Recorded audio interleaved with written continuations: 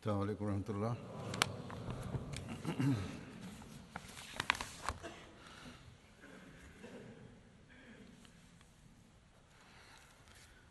اشہد ان لا الہ الا اللہ وحدہ لا شریک لہ واشہد ان محمدا عبدہ ورسولہ اما بعد فاعوذ باللہ من الشیطان الرجیم بسم اللہ الرحمن الرحیم الحمد للہ رب العالمین الرحمن الرحیم مالک یوم الدین ایاک نعبد وایاک نستعین اهدنا الصراط المستقيم صراط الذين أنعمت عليهم غير المغضوب عليهم ولا الضالين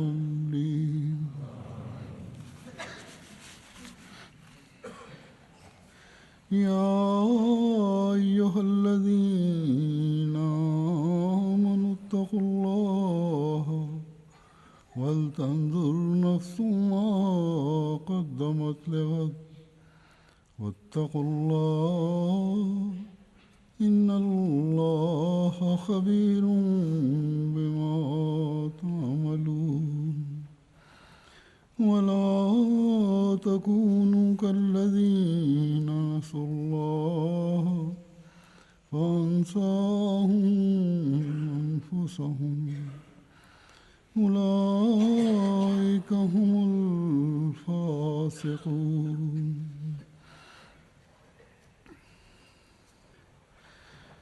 یہ سورہ حشر کی دو آیات ہیں جن کا ترجمہ اس طرح پر ہے کہ اے وہ لوگو جو ایمان لائے ہو، اللہ کا تقوی اختیار کرو اور ہر جان یہ نظر رکھے کہ وہ کل کے لیے کیا آگے بھیج رہی ہے، اور اللہ کا تقوی اختیار کرو، یقیناً اللہ اس سے جو تم کرتے ہو ہمیشہ باخبر رہتا ہے۔ اور ان لوگوں کی طرح نہ ہو جاؤ جنہوں نے اللہ کو بھلا دیا تو اللہ نے انہیں خود اپنے آپ سے غافل کر دیا، یہی بد کردار لوگ ہیں۔ عموماً دیکھا جاتا ہے کہ ہر برائی اور گناہ کی جڑ ان برائیوں اور گناہوں کو معمولی سمجھتے ہوئے ان سے بچنے کی کوشش نہ کرنا ہے یا ان پر توجہ نہ دینا ہے، لیکن یہی بے احتیاطی پھر انسان کو بڑے گناہوں میں مبتلا کر دیتی ہے، کیونکہ پھر انسان آہستہ آہستہ نیکیوں کو بھول جاتا ہے، نیکی کے ان معیاروں کو بھول جاتا ہے جو ایک مومن کو حاصل کرنے چاہیے۔ اللہ تعالیٰ کا خوف کم ہو جاتا ہے، تقوی سے دوری ہو جاتی ہے، مرنے کے بعد کی زندگی پر کامل ایمان نہیں رہتا، گویا کہ ایک ایمان کا دعویٰ کرنے والا عملاً ایمان کی شرائط سے دور ہٹتا چلا جاتا ہے اور اللہ تعالیٰ کی نظر میں پھر مومن نہیں رہتا۔ ان آیات میں اللہ تعالیٰ نے اسی طرف مومنوں کی توجہ دلائی۔ اللہ تعالیٰ نے مومنوں کو بڑا زور دے کر فرمایا کہ صرف آج کی اور اس دنیا کی لہو و لعب کی دلچسپیوں کی، آراموں اور آسائشوں کی، یا عزیزوں، رشتہ داروں اور دوستوں سے تعلقات کی فکر نہ کرو، بلکہ جو فکر کرنے والی چیز ہے وہ تمہاری کل ہے۔ تمہارا اللہ تعالیٰ پر ایمان کا معیار اور اس کا تقوی اختیار کرنا تمہاری اصل ترجیح اور فکر ہونی چاہیے۔ تمہارا مرنے کے بعد کی زندگی اور حساب کتاب پر ایمان تمہاری فکر کا مرکز ہونا چاہیے، اور اگر یہ ہوگا تو تبھی تمہاری حقیقی اخلاقی ترقی بھی ہوگی، جو صرف سطحی اخلاق نہیں ہوں گے بلکہ اللہ تعالیٰ کی رضا کو حاصل کرنے کا مقصود لیے ہوئے ہوں گے۔ تمہاری روحانی ترقی اور یہ دعویٰ کہ میں مومن ہوں اسی وقت حقیقی ہوگا جب کل پر نظر ہوگی۔ تمہارا یقینی، بے غرض اور سچائی پر مبنی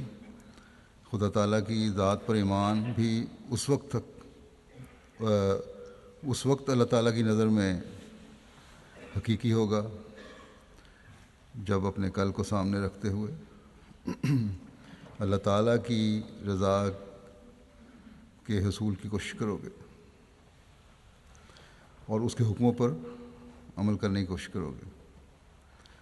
حضرت مسیح موعود علیہ السلام اس بارے میں فرماتے ہیں، یعنی جو پہلی آیت میں نے تلاوت کی ہے، کہ اے ایمان والو،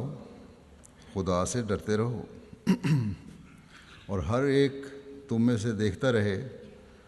کہ میں نے اگلے جہان میں کون سا مال بھیجا ہے، اور اس خدا سے ڈرو جو خبیر اور علیم ہے اور تمہارے اعمال دیکھ رہا ہے، یعنی وہ خوب جاننے والا اور پرکھنے والا ہے، اس لیے وہ تمہارے کھوٹے اعمال ہرگز قبول نہیں کرے گا۔ بس اللہ تعالیٰ کے اس حکم کو ہم میں سے ہر ایک کو بڑے غور اور کوشش سے سمجھنے کی ضرورت ہے کہ اللہ تعالیٰ کا تقوی اختیار کرتے ہوئے ہم اپنے اعمال پر نظر رکھیں، ان باتوں پر نظر رکھیں جو ہماری کل سنوارنے والی ہیں۔ اللہ تعالیٰ جو ہمارے دلوں کی پتال تک پر نظر رکھنے والا ہے اور اسے ہمارا سب علم ہے، اس کو صرف ان باتوں سے دھوکہ نہیں دیا جا سکتا جو سطحی باتیں، بلکہ جیسا کہ حضرت مسیح علیہ السلام نے فرمایا کہ وہ کھوٹے کھرے کی تمیز کرتا ہے، کھوٹے اعمال وہ قبول نہیں کرے گا۔ بس ایک مومن کے لیے یہ بہت بڑا فکر کا مقام ہے کہ اپنی کل کی فکر کریں، جہاں اعمال کا حساب ہونا ہے۔ غیر مومنوں کی طرح ہم صرف اس دنیا ہی کو سب کچھ نہ سمجھ لیں، بلکہ حقیقی کامیابیوں کو حاصل کرنے کے لیے تقوی پر چلیں۔ حضرت خلیفۃ مسیح اول رضی اللہ تعالیٰ عنہ فرماتے ہیں کہ دنیا و عقبہ میں کامیابی کا ایک گر بتایا ہے اللہ تعالیٰ نے کہ انسان کل کی فکر آج کرے، اس سے دنیا میں بھی سنوار پیدا ہوگا اور آخرت کی زندگی میں بھی سنوار پیدا ہوگا۔ پھر آپ نے فرمایا کہ قرآن پاک کی تعلیم وَلْتَنْظُرْ نَفْسٌ مَا قَدَّمَتْ لِغَدٍ پر عمل کرنے سے نہ صرف انسان دنیا میں کامیاب ہوتا ہے بلکہ عقبہ میں بھی خدا کے فضل سے سرخرو ہوتا ہے۔ ہم کبھی آخرت کے لیے سرمایہ حیات جمع نہیں کر سکتے جب تک آج ہی سے اس دارالقرار کے لیے تیاری نہ شروع کر دیں۔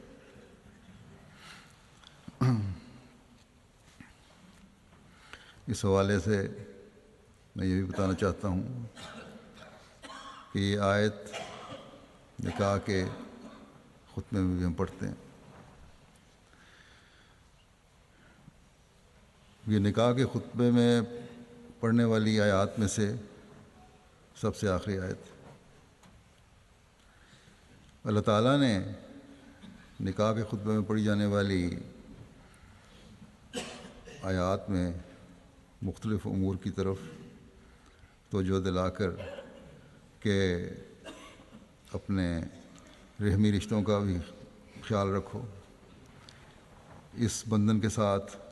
جو ذمہ داریاں پڑنے والی ہیں ان کا بھی خیال رکھو، سچائی اختیار کرو، اس کے ذریعے سے نیک اعمال کی اور رشتے نبھانے کی توفیق ملتی رہے گی۔ سچائی پر قائم رہو گے تو اللہ تعالیٰ اور اس کے رسول کے احکامات پر چلو، اس میں تمہاری کامیاب زندگی ہے۔ پھر مزید زور دیا کہ اگر کل پر نظر رکھو گے تو اللہ تعالیٰ اور اس کے رسول کے احکامات پر بھی نظر رہے گی۔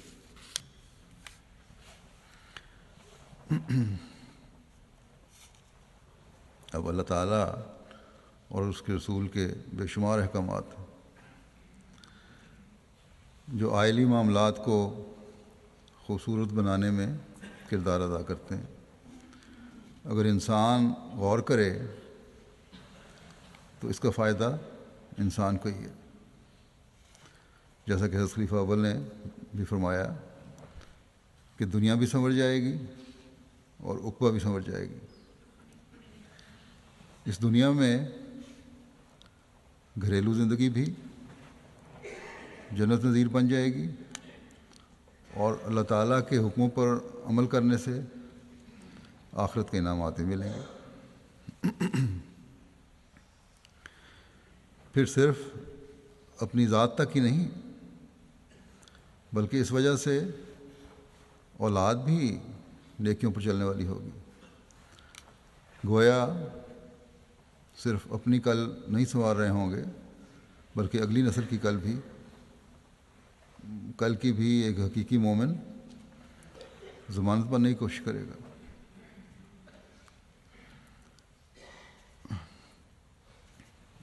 اور بلکہ ضمانت بن جاتا ہے کہ عموماً پھر آئندہ نسل بھی نیکیوں پر قدم مارنے والی ہوگی۔ بس اگر وہ گھر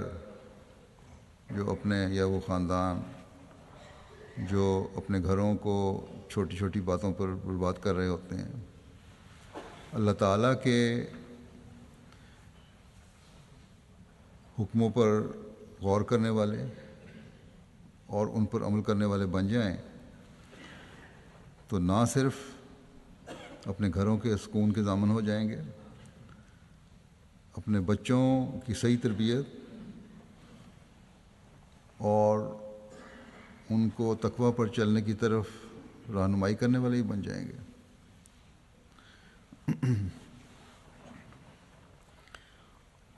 اور ان کی زندگیاں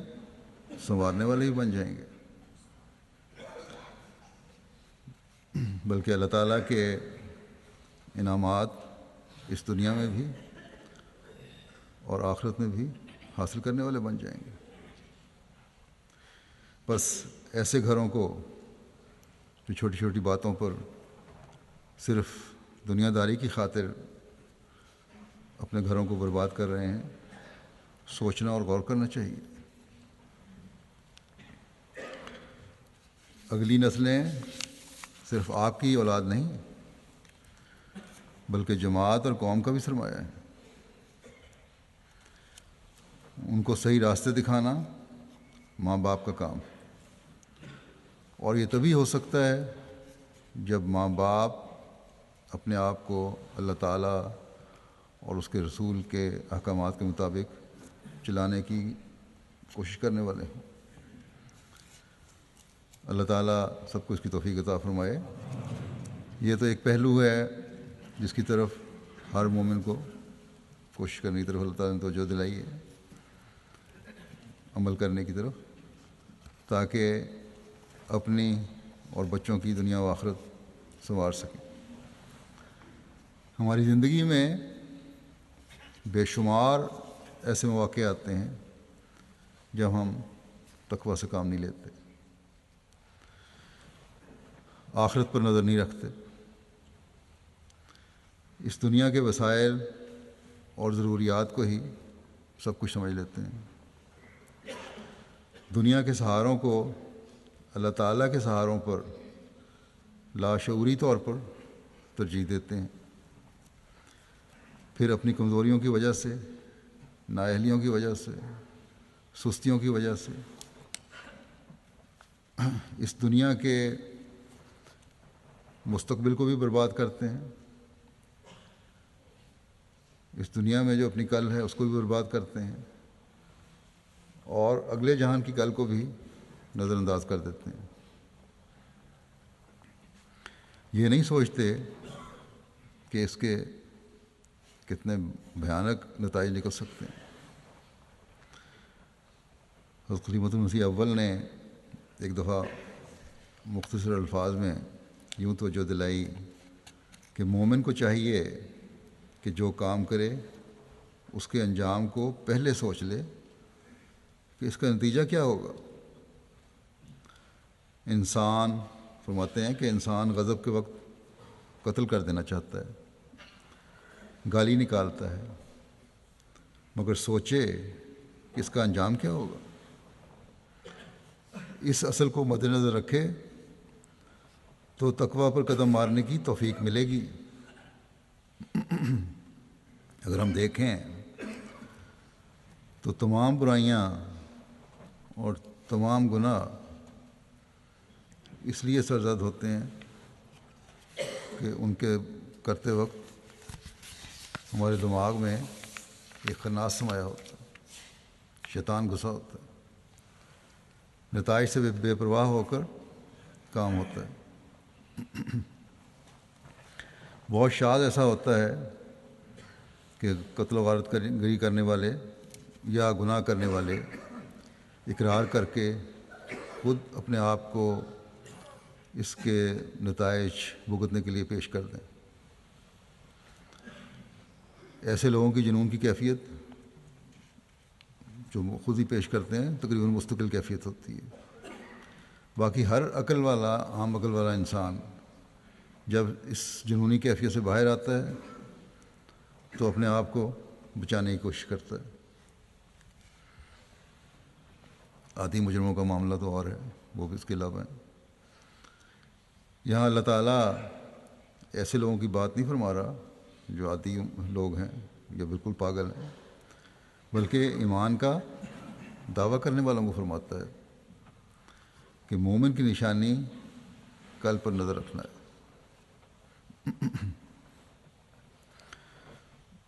حضرت خلیفہ اول رضی اللہ تعالیٰ عنہ اس بات کی وضاحت فرماتے ہوئے کہ نتائج پر یا کل پر نظر رکھنے کا خیال کس طرح پیدا ہو، کس طرح نظر رکھی جائے، اس کے لیے آپ فرماتے ہیں کہ اس بات پر ایمان رکھے کہ واللہ خبیر بما تعملون، کہ جو کام تم کرتے ہو اللہ تعالیٰ کو اس کی خبر ہے۔ انسان اگر یہ یقین رکھے کہ کوئی خبیر و علیم بادشاہ ہے جو ہر قسم کی بدکاری، دغا، فریب، سستی و کاہلی کو دیکھتا ہے اور اس کا بدلہ دے گا تو وہ بچ سکتا ہے۔ آپ نے فرمایا ایسا ایمان پیدا کرو۔ بہت سے لوگ ہیں جو اپنے فرائض، نوکری، حرفہ، مزدوری وغیرہ میں سستی کرتے ہیں۔ ایسا کرنے سے رزق حلال نہیں رہتا۔ یعنی دنیاوی معاملات میں بھی جو سستی کرتے ہیں اور ان کا حق ادا نہیں کرتے، اس کا مطلب ہے انہوں نے بھی اپنی کل کو برباد کر لیا، اور اپنا رزق جو انہوں نے حاصل کیا وہ بھی حلال نہیں رہا، یہ دھوکے کا رزق ہے۔ بس یہ آیت جو اپنے کل پر نظر رکھنے کی طرف توجہ دلا رہی ہے، بڑی وسعت رکھتی ہے، اور ہر قدم پر ایک حقیقی مومن کے پاؤں پکڑ کر کسی معمولی کمزوری اور گناہ کی طرف بھی بڑھنے سے روکتی ہے۔ بس یہ یقین ہمیں اپنے اندر پیدا کرنے کی ضرورت ہے کہ اللہ تعالیٰ، اس یقین پر ہم قائم ہوں کہ اللہ تعالیٰ ہمارے ہر عمل کو دیکھ رہا ہے، اور پھر اس بات پر بھی یقین کہ وہ ہمارے ہر قسم کے دھوکے، فریب، چاہے وہ ہم معمولی سمجھ کر تھوڑا سا منافع کمانے کے لیے کر رہے ہیں، یا اپنے کام میں سستی دکھا رہے ہیں، یا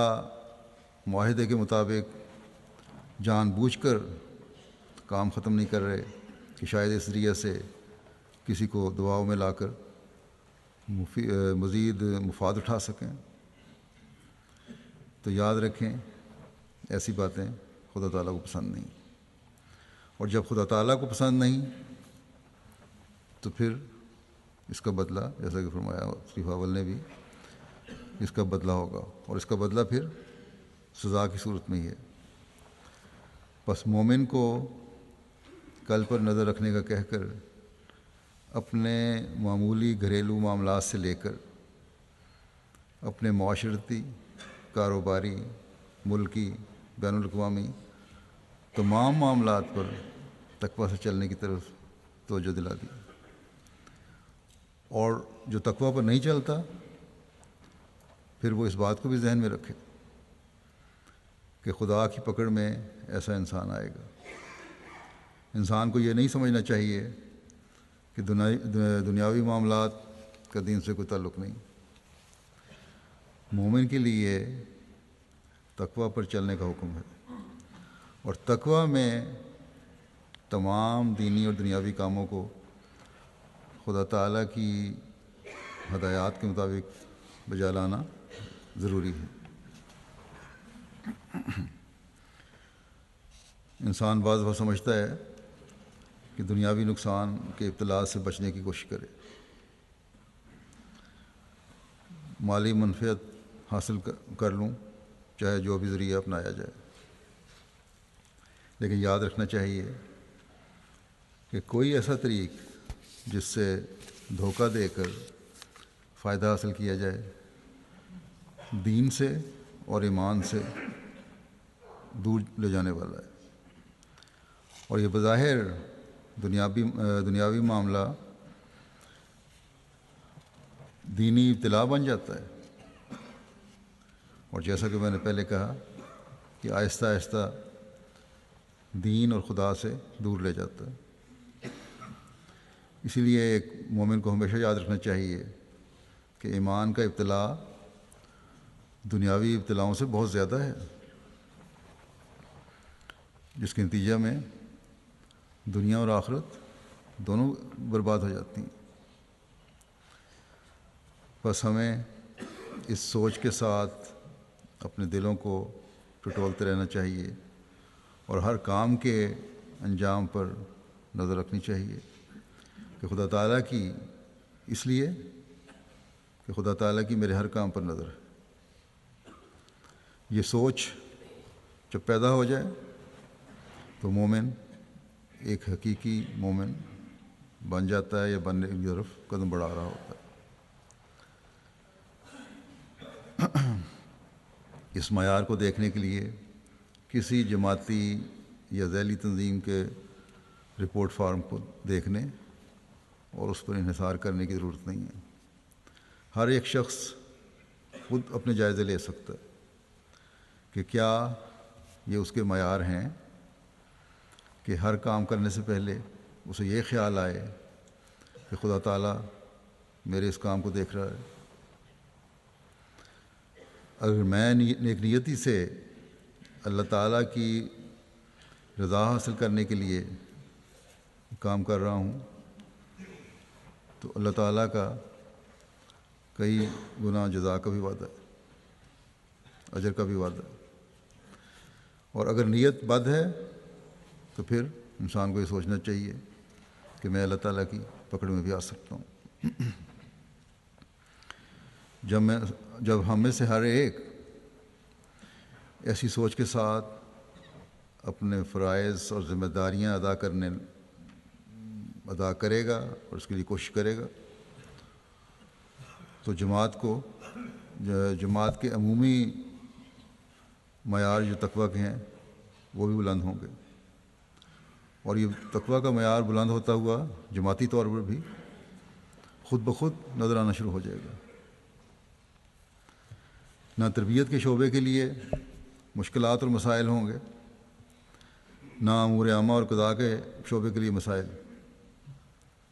نہ ہی دوسرے شعبوں کو یاد دہانیوں کی ضرورت اور فکر پڑے گی۔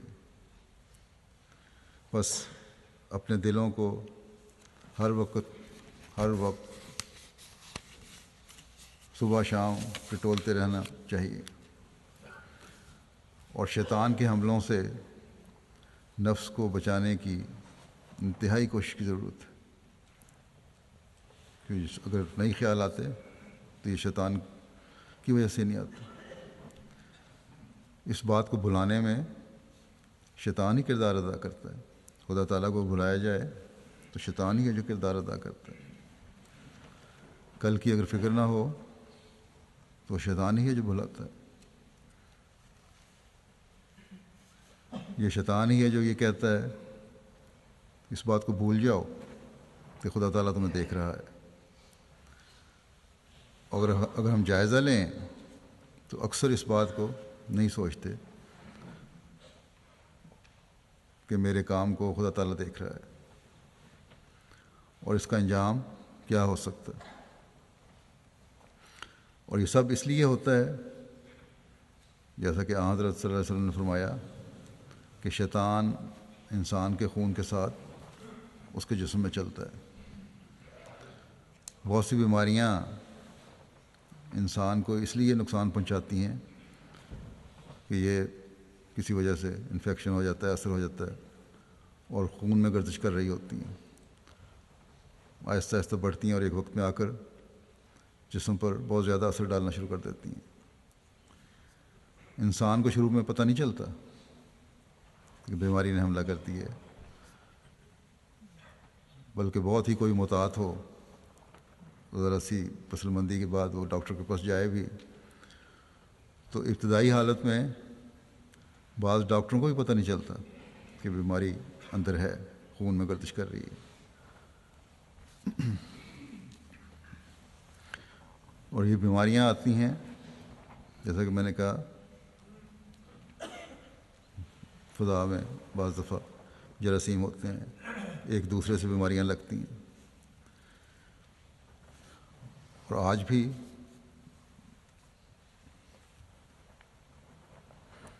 ہم دیکھتے ہیں بہت ساری وبائیں پھیلی ہوئی ہیں جن کا شروع میں پتہ نہیں لگتا، آہستہ جب پھیل جاتی ہیں تب پتہ لگتا ہے۔ لیکن جو سب سے خطرناک چیز ہے آج کل کے زمانے میں وہ ہے اس زمانے میں روحانی بیماریاں، اور روحانی بیماریوں کی تو فضا میں بھرمار ہوئی ہے، اور انسان کو پتہ نہیں لگتا کہ کس وقت شیطان ہمارے خون میں چلا گیا اور روحانی بیماری کو بڑھانا شروع کر دیا۔ لیکن شیطان کہ خون میں گردش کرنے سے جو بیماری آتی ہے وہ جسمانی بیماری کی نسبت اس لحاظ سے زیادہ خطرناک ہے کہ جسمانی بیماری سے جسم پر اثرات پڑنے شروع ہوتے ہیں، جسم ٹوٹنا شروع ہو جاتا ہے، کسل مندی کی کیفیت ہوتی ہے، پھر آہستہ آہستہ مزید تکلیف بڑھتی ہے، انسان خود محسوس کرتا ہے اور ڈاکٹر کے پاس جاتا ہے کہ میں بیمار ہوں، دوائی دو مجھے۔ لیکن روحانی بیماری خطرناک اس لحاظ سے ہے کہ جب اللہ تعالیٰ سے انسان دور ہٹتا ہے اور شیطان کے حملے کے نیچے آ جاتا ہے تو تب بھی خود کو بیمار محسوس نہیں کرتا، بلکہ اپنے آپ کو اچھا ہی سمجھتا ہے۔ لیکن اس کے دوستوں، اس کے ہمدردوں کو پتہ چلتا ہے جب کہ یہ بیمار ہے، سمجھاتے ہیں اس کو۔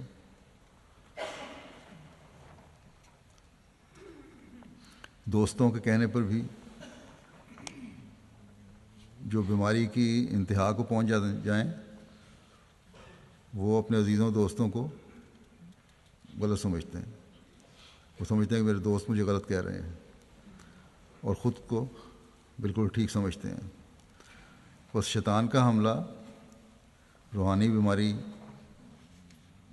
یا روحانی بیماری جو ہے جسمانی بیماری سے بہت زیادہ خطرناک ہے، کیونکہ بسا اوقات اس کے علاج کے لیے انسان تیار نہیں ہوتا۔ دوسرے توجہ دلائیں بھی کہ علاج کروا لو تو اس پر توجہ نہیں ہوتی۔ بس ایک مومن کو اس سے پہلے کہ بیماری حملہ کرے اپنے جائزے لیتے ہوئے حفظ ما تقدم کے عمل کو شروع کر دینا چاہیے۔ اور اس معاشرے میں جیسا کہ میں نے کہا کہ مستقل فضا میں روحانی بیماریاں پھیلی ہوئی ہیں، اس لیے اپنے آپ کو بچانے کے لیے مستقل عمل کی بھی ضرورت ہے، اور یہی ایک یا مستقل علاج کی بھی ضرورت ہے، حفظ ما تقدم کی ضرورت ہے، اور یہی ایک حقیقی مومن کے لیے ضروری ہے، اور اس کو چاہیے کہ اس کے لیے ہمیشہ کوشش کرتا رہے۔ ہمیشہ یاد رکھنا چاہیے کہ مومن کبھی اللہ تعالیٰ کی خشیت اور خوف سے خالی نہیں ہوتا، اور نہ ہونا چاہیے۔ حضرت صلی اللہ علیہ وسلم کے متعلق روایات میں آتا ہے کہ آپ جب بھی رات کو اٹھتے تو نہایت عجز اور انکسار سے دعائیں کرتے۔ ایک دفعہ حضرت عائشہ رضی اللہ عنہا نے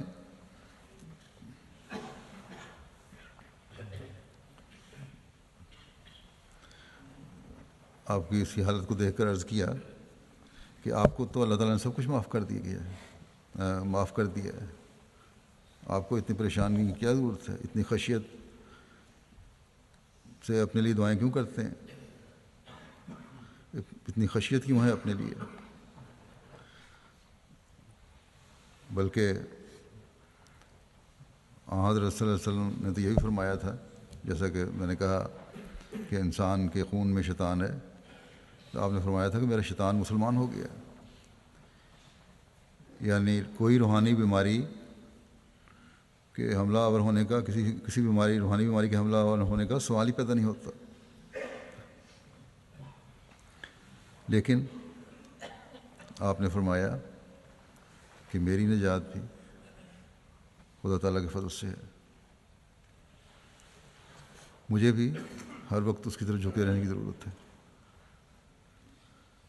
بس جب رسول کریم صلی اللہ علیہ وسلم اس سب کے باوجود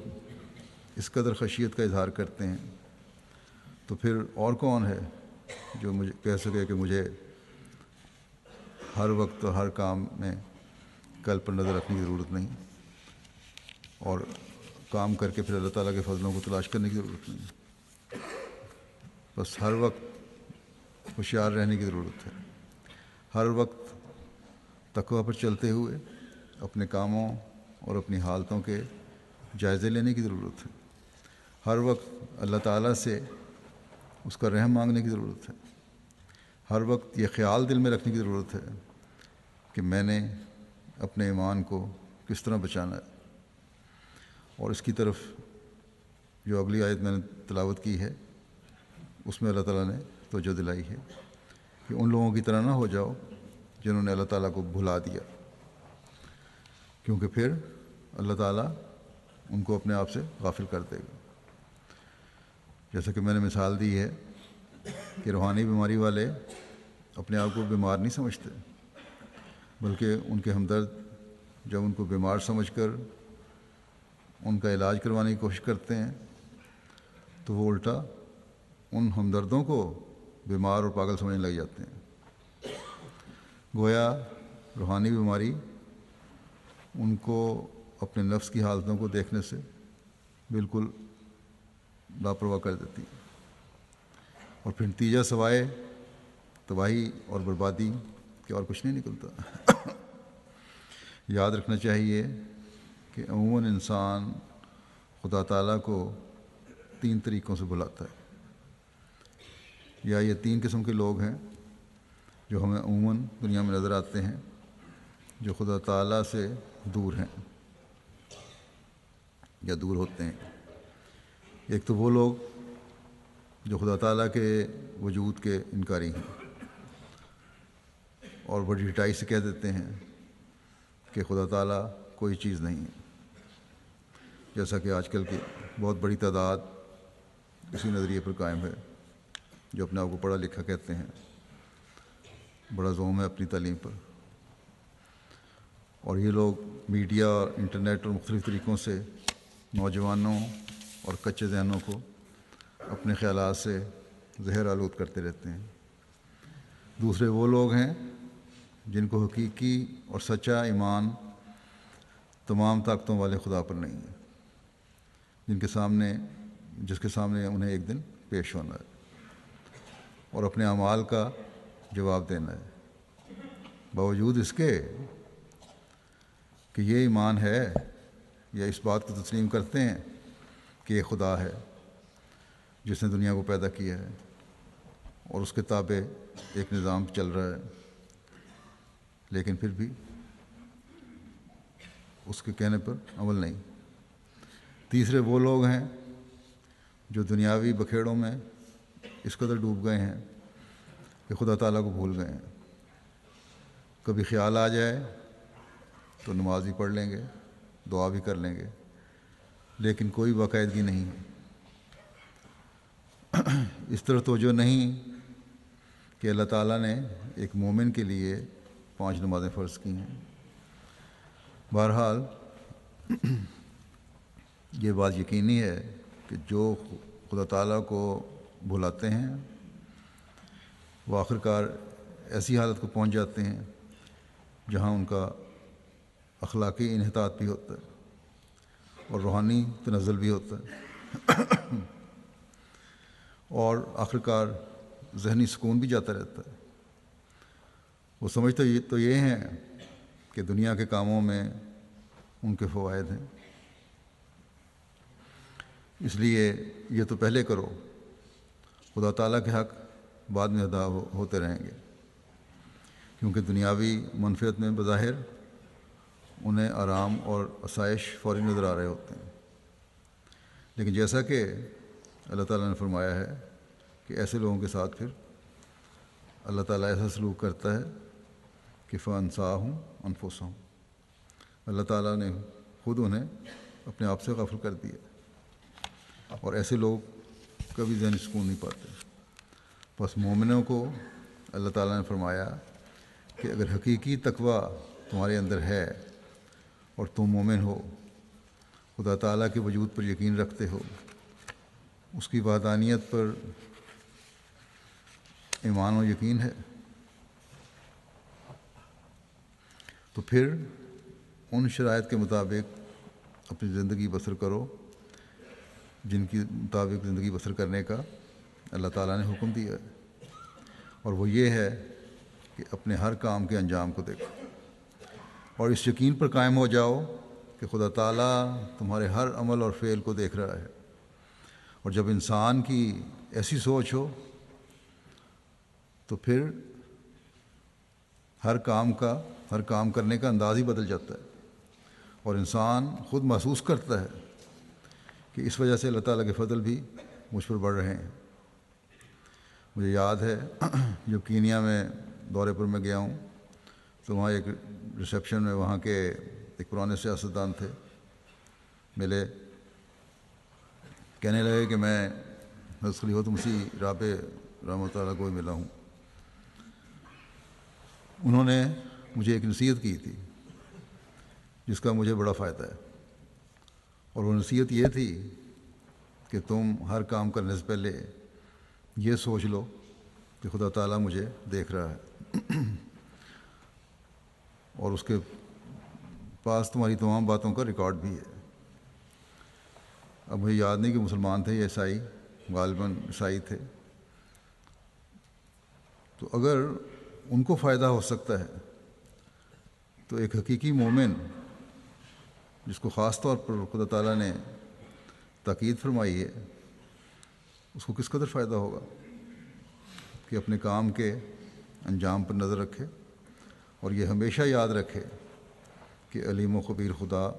میرے ہر کام اور ہر عمل کو دیکھ رہا ہے۔ اور اسی وجہ سے میں نے اپنے ہر کام کو اس کی رضا کے لیے کرنا ہے۔ اگر یہ سوچ نہیں ہوگی، خدا تعالیٰ کو بھول جاؤ گے، تو پھر اللہ تعالیٰ فرماتا ہے فاسقوں میں شمار ہوگے۔ بس اللہ تعالیٰ نے یہاں فاسق کہہ کر ایمان کا دعویٰ کرنے والوں کو واضح کر دیا کہ اگر تقویٰ پر نہیں چلتے، اپنے کل کی فکر نہیں کرتے، اللہ تعالیٰ کے حکموں پر نہیں چلتے، تو پھر فاسقوں میں شمار ہوگا۔ اور فاسق وہ ہیں جو خدا تعالیٰ کی قائم کردہ حدود کو توڑنے والے ہیں، جو گناہوں میں مبتلا رہنے والے ہیں، جو اطاعت سے نکلنے والے ہیں، جو سچائی سے دور ہٹنے والے ہیں۔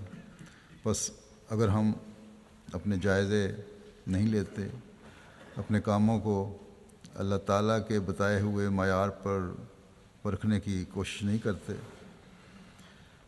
تو بڑے خوف کا مقام ہے۔ حضرت خلیفۃ مسیح اول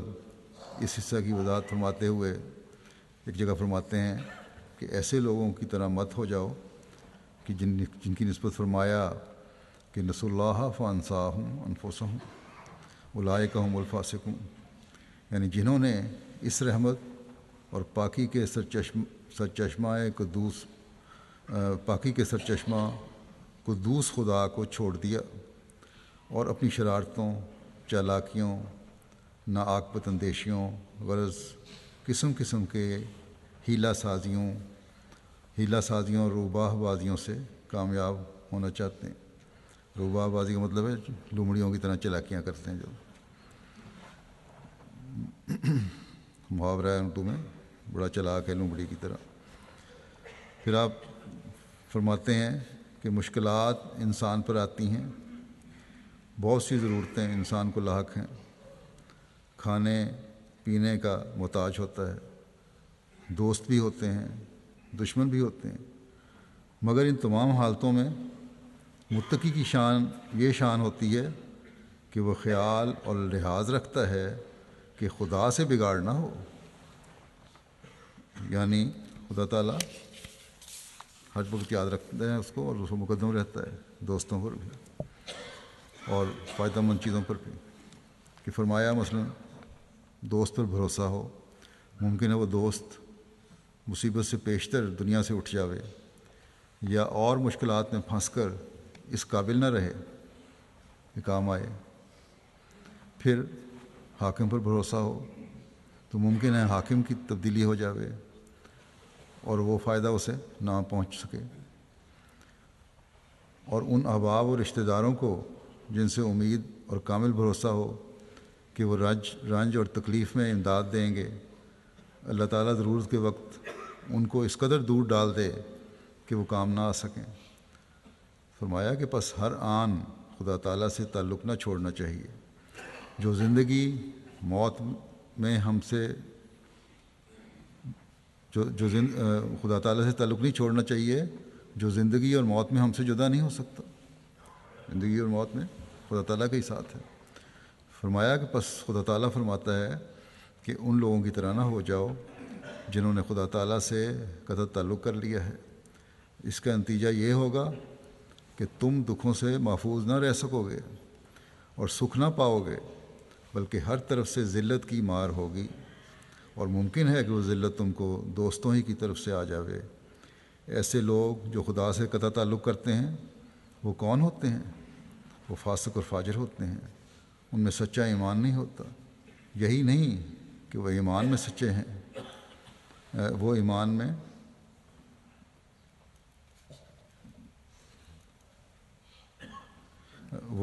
یہی نہیں کہ وہ ایمان میں کچے ہیں،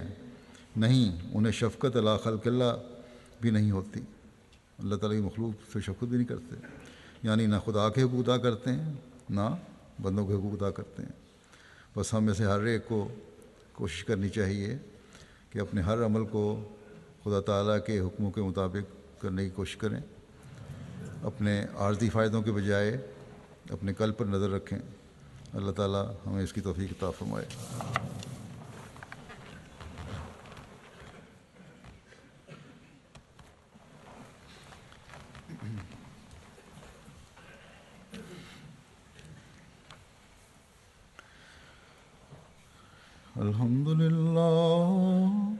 الحمد لله نحمده ونستعينه ونستغفره ونؤمن به ونتوكل عليه ونعوذ بالله من شرور أنفسنا ومن سيئات أعمالنا. من يهده الله فلا مضل له ومن يضلل فلا هادي له ونشهد أن لا إله إلا الله ونشهد أن محمدا عبده ورسوله. عباد الله رحمكم الله، إن الله يأمر بالعدل والإحسان وإيتاء ذي القربى وينهى عن الفحشاء والمنكر والبغي يعظكم لعلكم تذكرون. اذكروا الله يذكركم وادعوه يستجب لكم ولذكر الله